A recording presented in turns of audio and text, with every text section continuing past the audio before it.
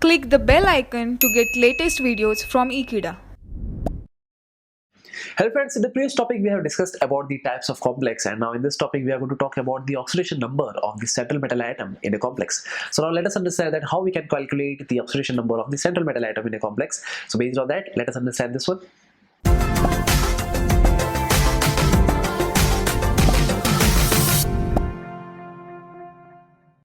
So friends, here we are going to talk about the oxidation number of the central metal atom in a complex. So before doing the calculation to calculate the central metal atom's oxidation number, let us understand what is the oxidation number of the central metal atom.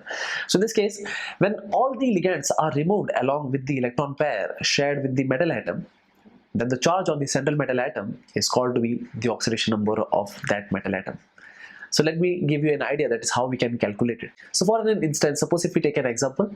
Suppose this is the example, that is what we have, and we understand that this compound can ionize to the following products or the following ions, and those are Fe, H2O 6 times, having a charge of we could say positive. So therefore this is the charge on the complex, that is 3 plus ion, that is the net charge of this complex ion. And for that we understand that is the central metal atom is present in this complex only.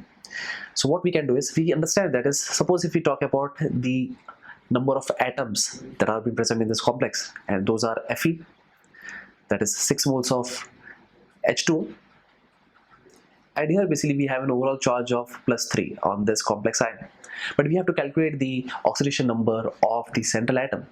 But we also understand that is H2O is such a ligand which is basically neutral in nature. So in the previous topic also we have discussed about the types of ligands. In that case we have got to know that is the H2O is a neutral ligand. So that's the reason there will be no charge exhibited by this H2O molecule.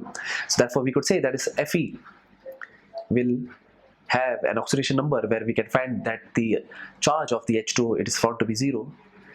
In this case it is found to be +3.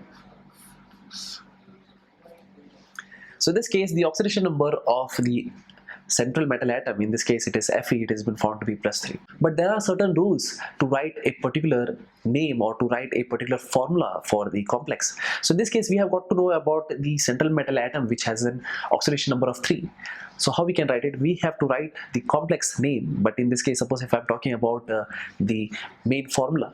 So the complex has an oxidation state of 3. So in that case we have to represent with the Roman number 3 with a parenthesis over here, and that's nothing but it indicates that the central metal atom, in this case Fe, has an oxidation state of 3.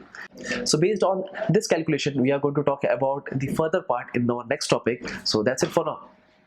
So thank you friends for watching this video. I hope you have understood this video very clearly, and I hope I'll see you next time. Till then, don't forget to subscribe Ekeeda channel. Thank you so much.